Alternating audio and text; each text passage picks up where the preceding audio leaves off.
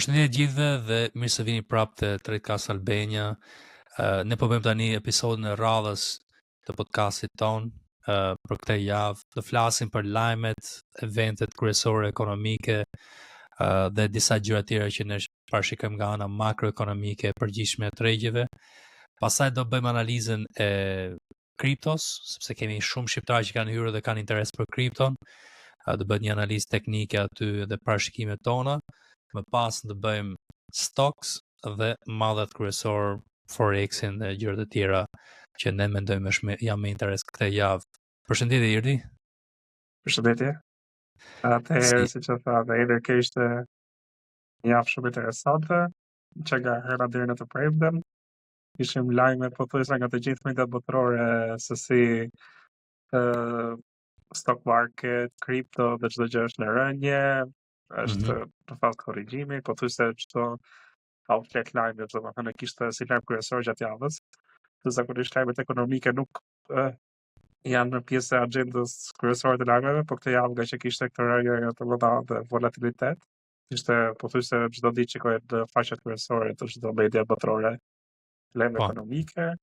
Ishte pastaj lajmet që kanë të bëjnë me inflacionin, me core CPI, me pafundësinë, me punët e reja të krijuara, kishim Jerome Powell, edhe kishim faktorin Trump, si zakonisht çdo javë.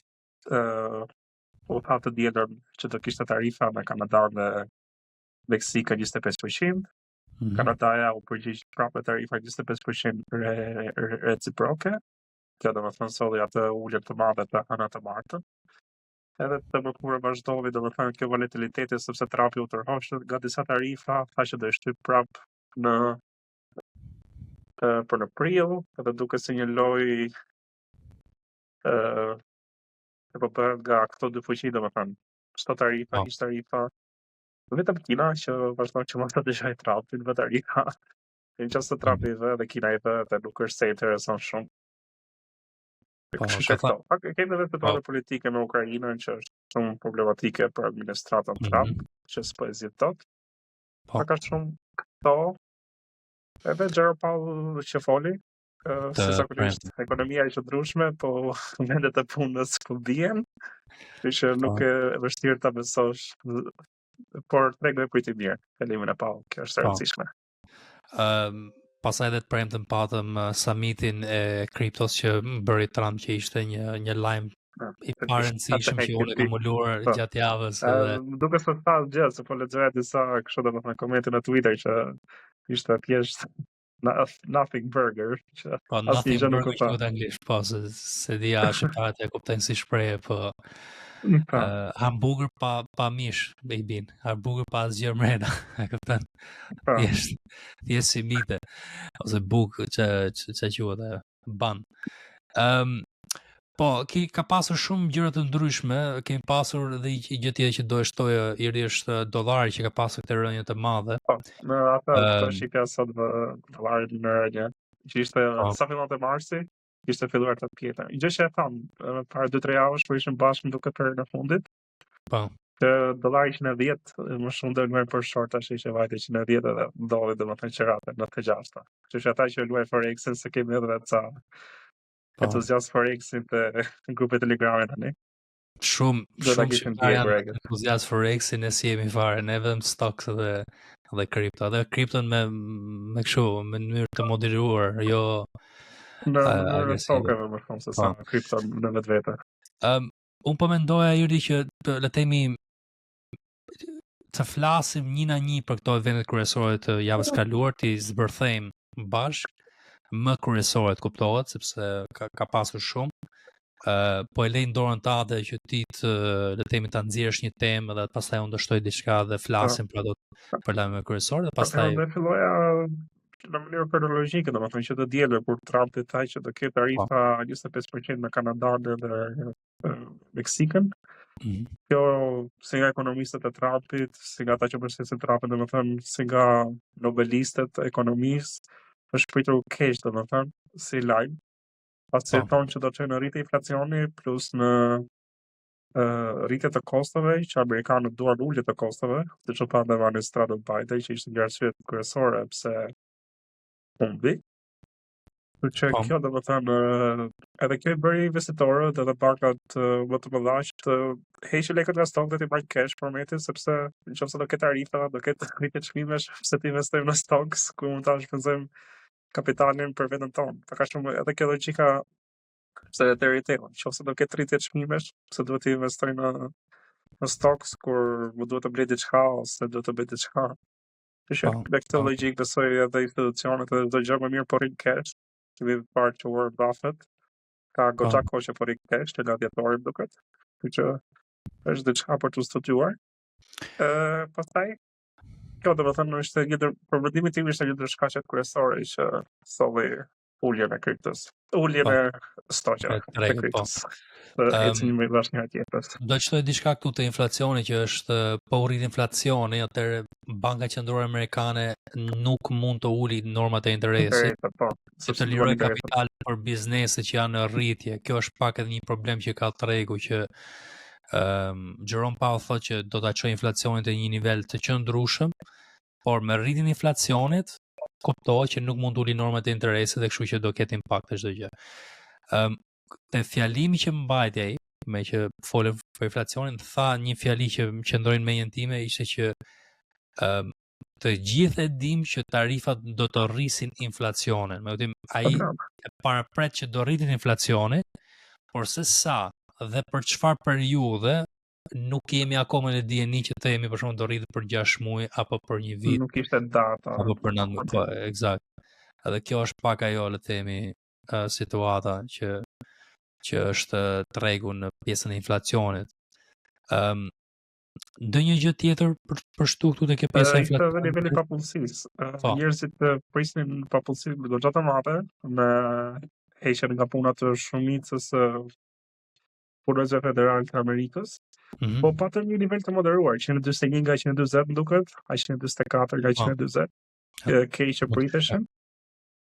Ndërkohë që njerëzit prisnin diku te 200-300 K me këtë ulje të fundit. Pavarësisht se forecasti ishte 140, njerëzit prisnin një numër shumë të madh. Të papunësisë. Edhe kjo ishte pozitive të premtëm duket që ishte edhe kjo bashkë me fjalimin e Powell. Edhe ka pak a shumë që ishin në vetë kryesore për mendimin tim. Edhe heqja e tarifave prapë që u bë një amandënim dhe Meksikën duket që kishin rënë një dakordsi midis presidentëve. Ka pak a shumë ishte pasqyrë. Tjetër për papunësimin do të thotë këtë që doli 4.1%, priteshet të ishte te 4%, kështu që ka dalë pak më lart. Po priteshet shumë më lart më duket. Jo, forecasti ishte 4%. Forecasti ishte 4%. Po, ideja që ishte 4%, po njerëzit e prisnin më shumë, investitorët ndoshta ose. Po, ndoshta investitorët vetë. Po domethënë dikush që prisnin diku te 5-6% nga këto heqjet e punës. Jo, ishte shumë lart, do ishte një rritje e jashtëzakonshme ashtu. Një gjë që duhet lidhje pak me këtë nivelin e papunësisë është ajo Sam Indicator që un kam folur, që është një nga shenjat kryesore për të parapritur një recesion, dhe unë kam uluar edhe Telegrami këtë me ca grafika që është le të themi ku ka rritje të papunësisë sado pak në nivel, fillon që të krijojë një efekt te bizneset që rritet akoma më papunësia. Një nga ato problemet është fakti që nuk janë ulur normat e interesit, që të lejoj bizneset që të zgjerohen dhe ekonomia të zhvillohet dhe të zgjerohet. Kjo është pak situata. Po, shikojmë se si do heci këto vazhdim. Unë kam pak frikën e recesionin në Amerikë, kam pasur për 3-4 muaj. Edhe Powell më duket, nëse bëjmë saktë, ka diçka që çmimet janë të vështira për të rënë për momentin, sidomos të shtëpive, që është problemi kryesor i amerikanëve. E përmendi edhe Powell në fjalim. Çmimi i shtëpive vazhdon të jetë në nivele shumë kështu të larta për shkak të provave të interesit, siç e kemi diskutuar më parë. Duke qenë normat e interesit të larta, edhe çmimi i shtëpive është mbetet akoma goxha i lartë. Po. Pas një gjë që po thoshte Elon Musk që ai mendon që me këto manovra që po bën Deutsche, kursimin të themi që do kursej para për shtetin për ripagimin e borxhit të shtetëror që ka Amerika dhe këto manovra të tjera, ai thotë që do jetë deflationary, jo inflationary, me vëmë do jetë diçka që do uli inflacionin, jo të rrisë inflacionin. Është për të parë situata. Ideja është që Maskut është më shumë propagandë për momentin, nëse kam parë të dyja ka, domethënë, pasi deklarohet që po kursen shumë para, por ndërkohë në fletoret zyrtare janë shumë pak, domethënë, që janë shpërdorime.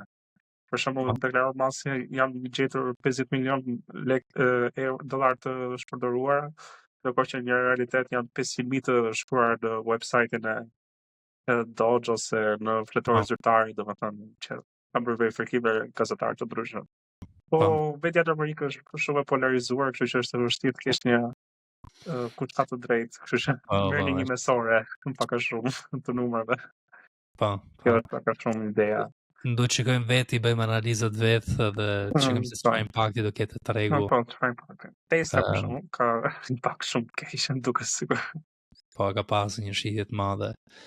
Gjatë javës ti fole pak për options të Telegrami, që the që ka ca puts në ca zona që duhet skadojnë. Si e shikon ti le temi, se unë mendoj që ka një impakt këto javë.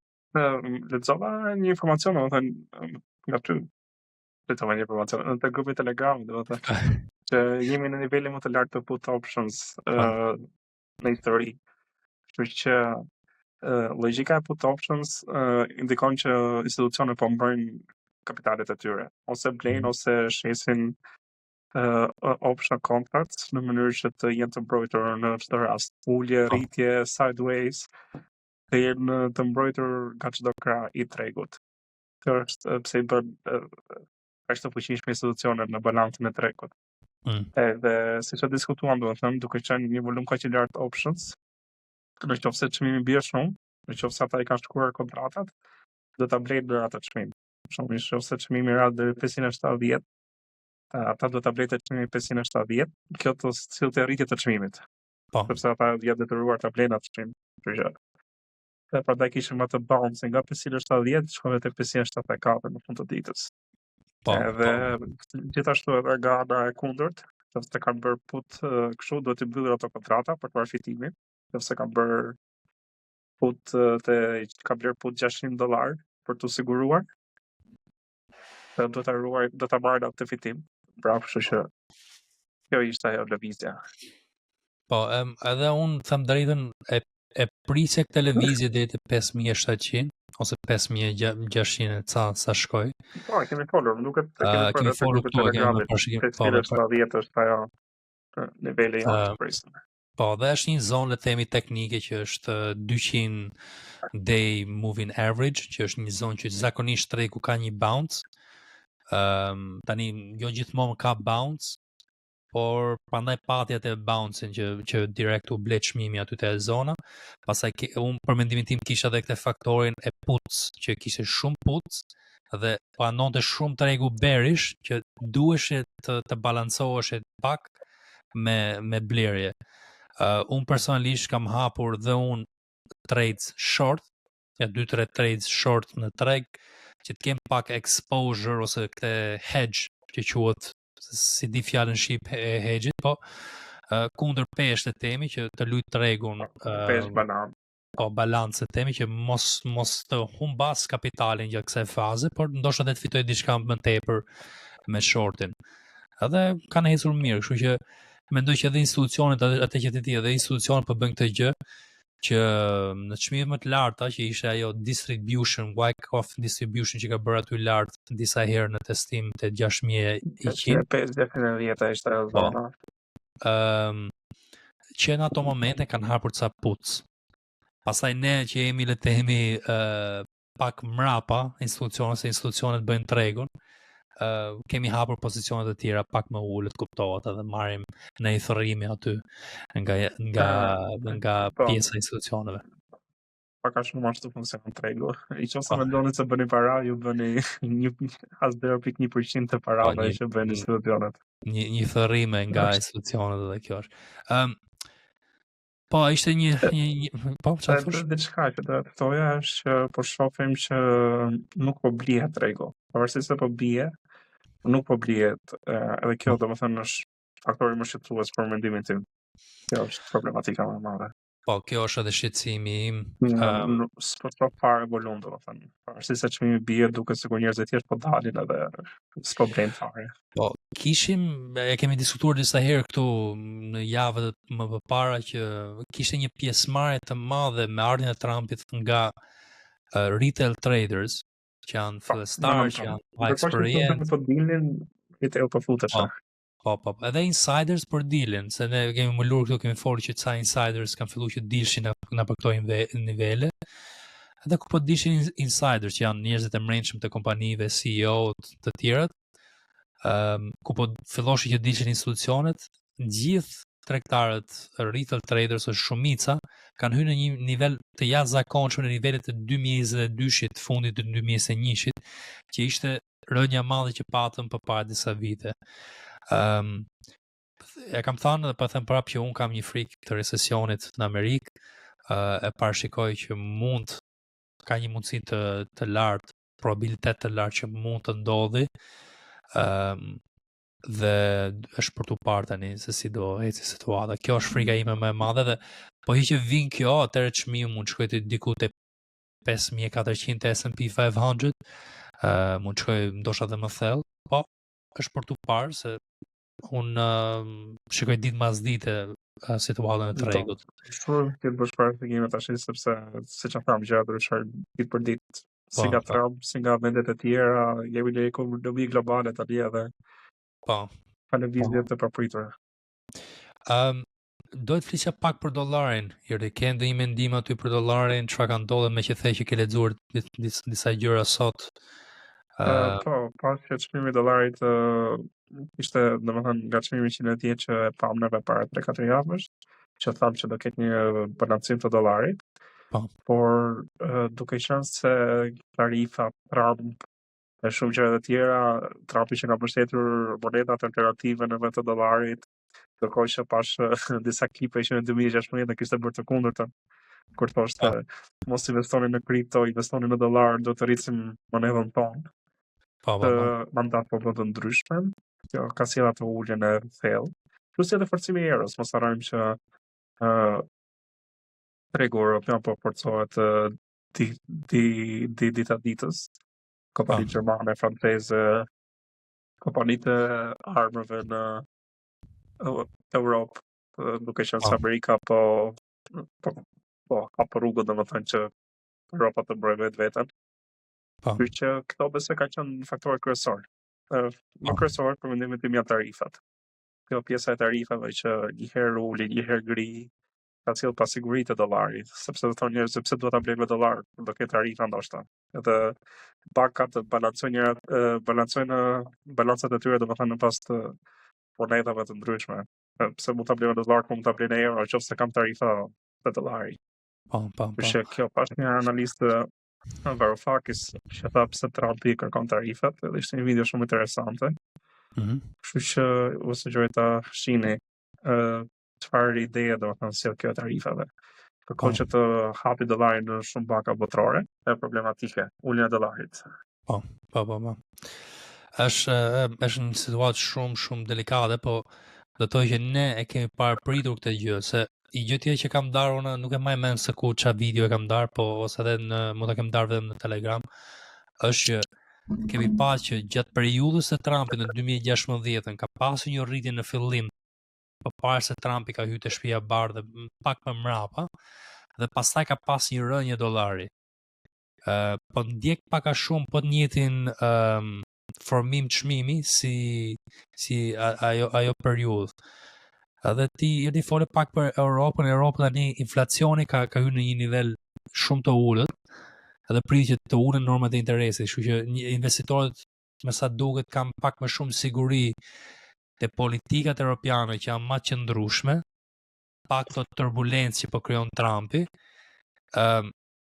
edhe me idenë që kanë hyrë aty dhe po investojnë aty, edhe unë personalisht kam hyrë te ato tregje, jo vetëm te Europa, por kam hyrë edhe te Kina. që kanë pasur rritje. Për Kina do të flisë pak. Kishin atë konferencën ekonomike që thrasin nga gjithë Kina, domethënë delegata se çka kishin. Të bëjnë planet ekonomike për vitin që vjen. Po premtuan stimuj, ekonomi më të fortë, që nuk kishin problem tarifat, edhe pak a shumë që industria produse do vazhdonte. Këto pak a shumë, domethënë ishin shumë optimist tregu kinez, kështu që besoj se kjo do vazhdojë gjatë 2025-s.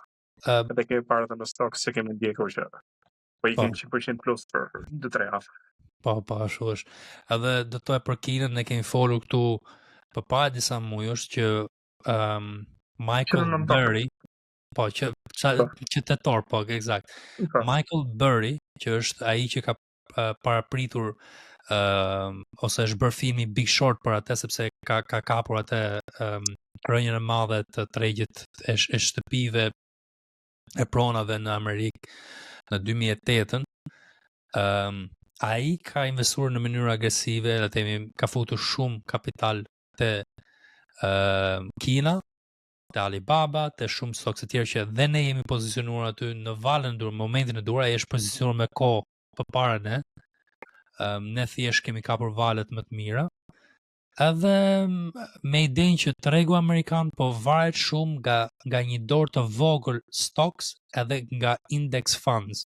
Sepse tani investimet pasive, index funds, S&P 500, Nasdaq, janë me nivele më të larta se sa investimet aktive. Dhe investimet aktive duen, sepse është treg i lirë në atë mënyrë. Në investimet pasive ti investon të gjithë kompanit, edhe po që ato kompani janë pa vlerë ose nuk kanë ndonjë rritje aktuale të ardhurat ose faktorë të tjerë. Dhe kjo ai parapret tani një rënje të madhe, një farë bubble për investimet pasive, që edhe Goldman Sachs edhe kompanitë të tjera thonë që do vi një dekadë e humbur për tregun pasiv. S&P 500 mund të ketë një rritje 2-3% mesatarisht në vit, ose një periudhë konsolidimi që mund të jetë një periudhë që rrin një vit lart, një vit poshtë nga 2-3%, po nuk ka rritje që kemi pasur këto, le të themi 10 vjet të fundit ose 15 vjet të fundit që 2013 edhe këtu.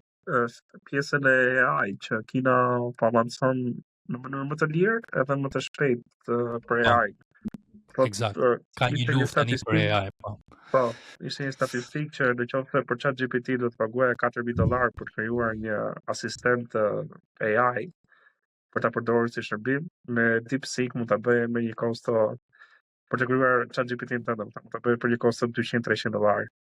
Që ishte është goxha luftë e ashpër për të bërë tash në AI. Po. Dhe notoj që Amerika fitoi luftën e internetit, e kompanive internetit, le të themi Amazon. Ka fituar Kina të paneleve diellore, të energjisë rinovueshme, të makinave po e fiton Kina. Po, kështu që jemi në situatë tani që ndoshta e Kina mund të fitojë këtë luftën e AI-s. Po e fitoi Kina këtë, nuk është më Amerika ekonomia numër 1 në botë, dhe kjo është arsye pse po krijohen këto situata tani të pakëndshme, jo vetëm nga ana e tarifave, por Kina, unë kam marrë vesh që Kina tani po investon më shumë përqindje të GDP-s në defense, në armatimin, në ushtrinë. Gjithë shtetet evropiane po bëjnë një gjë dhe po bëhet një situatë shumë delikate që mund, shpresojmë që s'ndodh asgjë, po mund të krijohet një situatë e pakëndshme për njerëzimin dhe përgjithësi, për ne si tregtar kuptoj që do mundohem ta shfrytëzojmë. Tjetër për Kinën, që është shumë interesante, është që po krijon një farë mbështetje në perëndim, domethënë që fakti që nuk shkakton luftra, merret vetëm me veten e vet, ndërton infrastruktura në vetën e botës së tretë. Nuk është se Amerika që shkon dhe i pushton pak a shumë, është kjo analogjia që po bëhet nga mediat perëndimore. Po. Edhe kjo domethënë mund të ketë një impakt në treg, sidomos te vendet e treta, siç jemi vendet e Ballkanit, Afrika, që po bëhet goxha investime kineze. Për shembull në Serbi janë bërë goxha investime, në Greqi kanë filluar goxha investime, kështu që Kina po shihet më shumë si aleat për europianë për momentin se sa Amerika e Trumpit. Kështu që edhe kjo është një faktor tjetër, domethënë që mund të ndikojë. Po. Ke për një gjë dhe këtu në Angli ka qenë një investim i madh nga kinezët Po, në gjithë ndërsa qytetet kryesore, investime në prona, zhvillime, shumë gjëra të tjera që merret Kina. Edhe do të thotë që mënyra se si ose strategjia e Kinës ka qenë që të ketë një influencë financiare te shtetet e tjera. po. Edhe me Amerika ka një borxh të madh, një pjesë të borxhit shtetor ja ka Kinës. Kështu që është një situatë pak e delikate edhe në këtë pjesë Amerika me Kinën. Lexova që me interesin që Kina merr nga borxhi amerikan ndërton rrugët dhe urat e veta. Ndërkohë që Amerika nuk ndërton asnjë gjë për vete. Eksakt. Kjo është situata që infrastrukturën e rrugës së dytë botërore, për rrugët e për këto. Të urave. Po, dhe kështu që Kina po dor influencë financiare duke ikur në Afrikë, duke ikur në shtete më të vogla dhe shtete aziatike të tjera më të vogla dhe ashtu përhapet dhe krijon një farë influencë, një farë kontrolli mbi ekonominë globale dhe pastaj kuptohet marrëveshje me ato shtete për të pasur le të themi tregti të favorshme për ato, për le të themi panele diellore ose diçka tjetër, s'ka rëndësi, ka shumë industri që Kina merr pjesë, edhe kështu ka avancuar shumë ndryshe nga Amerika që atë që thotë diçka domethënë për të shpjeguar njerëzve sa shumë Kina po punon për këtë pjesë është kur porositë online. Më kollaj ke për të porositësh nga një website kinez sesa nga Amazoni, nga të një website tjetër amerikan ose europian. Më kollaj të vjen malli nga Kina sesa nga çdo website europian ose amerikan. Po vetëm në shtetet europiane kryesore, themi si Anglia dhe Amerika, ndoshta Amazoni janë më të shpejtë dhe më të saktë. Ri, kishin ndonjë lajm tjetër që dohet ta muloje? Stoket e bioteknologjisë, mjekësisë, që ka pasur goxha rritje. Moderna, siç e kemi folur. Ishte një javën e kaluar, apo 2 javësh një rënje të 10-15%. Po që ka rikuperuar domethënë, pasi fitoi një gjyq më duket. Që ka pasur lajme pozitive, plus situata e griprave të sezoni ishte goxha ngarkuar, që besoj se kompanitë me earnings e tjera do ketë goxha rritje, kompanitë mjekësore. Edhe po shifej që njerëzit po përgatiten. Pfizer ku ishte pozicionuar kishte goxha rritje. 2-3% domethënë, po që në option është 20%, kështu që ishte goxha trade interesant që kishte këtë javë. Ka shumë këto. Duket sikur njerëzit janë larguar nga stoket e mëdha të teknologjisë, Nvidia ka pasur rënje galopante. Ka qenë faktor që theti për Kinën që ka një avancim në AI dhe kjo ka krijuar pa besueshmëri le të themi të tregu amerikan që do avancojnë. Ka pasur edhe probleme me produktet e veta Nvidia. Shumë karta grafike që lançoi në janar dhe në shkurt kanë dalë me probleme. Kështu që edhe këto ka pasur problem. Ishim edhe AMD që lançoi kartat e veta grafike që janë pritur më mirë nga konsumatorët. Kështu që edhe kjo është diçka tjetër që ka ndikuar. Domethënë kemi parë një çmim që ka rënë avash e AMD-s, ndërkohë që Nvidia ka pasur dipe shumë të thella. Përse edhe AMD ka pasur rënje. Unë kam në vëzhgim $100. Unë kam në vëzhgim AMD-n për një kthim për lart. Kam edhe këto pozicionuar në fund të prillit, domethënë kam një option kontra to, kështu që. Besoj se ajo zona 99-100 ishte okay për ta blerë, themi pak. Unë jam pozicionuar me një cheap option, domethënë, te $40 për të arritur $125 deri në fund të prillit, kështu që. Inshallah. Shikash. Shpresoj. Unë po shikoj edhe këtë sektorin e quantum computer që besoj që po konsolidohet dhe po konsolidohet, kam vërejë domon që ajo Ioniq që kam pasur në vëzhgim po shkon te zona 20, aty duket sikur ka atë përqendrimin e vet, edhe Google te 175-sa, 180-ta, që janë në zona konsolidimi. Po kemi më vetëm 2 sektorët kryesorë që janë semiconductors dhe quantum computing që kanë qenë shumë të mirë vitin e kaluar. Këto unë po I vëzhgoj me kujdes për këtë kthimin e trendit. Do të flisja pak për atë të Trumpit. E tham, dhe themi se ndoshta po e them sa për ta thënë që summiti o konferenca në datën 7 mars pritej shumë nga po shikoj në mediat sociale se un po postoj këto TikTok-e që njerëzit ndoshta i shikoshin pak si provokuese kur unë thoya që Trumpi nuk ka ndikim fare të tregu varet nga çakullimi i kapitalit edhe investitorët kryesor. Dhe ato thoshin s'ka mundësi, Trumpi një fjalë thot bëhet le të themi një rritje e madhe. Nuk kanë qenë provokime, nuk kanë qenë asgjë, unë nuk mundohem që të provokoj askush. Kanë qenë analizat e mia, mendimet e mia për tregun që kanë dalë të sakta që 7 marsi nuk është asgjë sepse Amerika dhe po krijoi një rezervë strategjike kripto, ka 205.000 Bitcoin që i ka sekuestruar nga kriminal që do t'i fushit ajo rezervë, as nuk blen fare, nuk ka nevojë të blej fare Bitcoin që të bëhet një nga top shtetet ose top holders të kriptos ose të Bitcoinit. Ajo e ka Bitcoinin në zotrim, është thjesht çështje që t'i fusi të rezerva strategjike. Diçka tjetër për të përmendur është fakti që duke qenë monedhe decentralizuar, nuk ka rëndësi çfarë bën Amerika, çfarë bën Kina, çfarë bën Europa për Bitcoinin. Janë vetë njerëzit, institucione që lëvizën, nuk janë shtetet. Po. Dhe kjo është ideja. Po, eksakt. Është thjesht një aset spekulativ për të mbrojtur nga inflacioni, nga dollari, siç është floriri edhe pak. Floriri, po mund të quajmë digital gold që mahet, se thuhet për Bitcoin. Kjo është ideja që s'mund ta lëvizë çmimin as Trumpi as Amerika, është një monedhë ndërkombëtare që do lëvizë interesi për atë monedhë, domethënë. Nëse ti je i gatshëm të paguash $100,000 për Bitcoinin, Bitcoini është i blefshëm $100,000. Nëse pastaj njerëzit nuk e kuptojnë edhe këtë pjesë që Trumpi mund të firmosë një executive order, që janë ato shkresat që do bëhet kjo gjë, por duhet aprovuar dhe nga Senati. Duhet kaloj dhe procese të tjera. Procese ligjore, procese ka shumë procese. Procese ligjore, procese me SEC, që është Securities and Commissions and Exchange Commission. Procese të tjera me, le të themi, me Jerome Powell dhe antarët e Bankës Qendrore.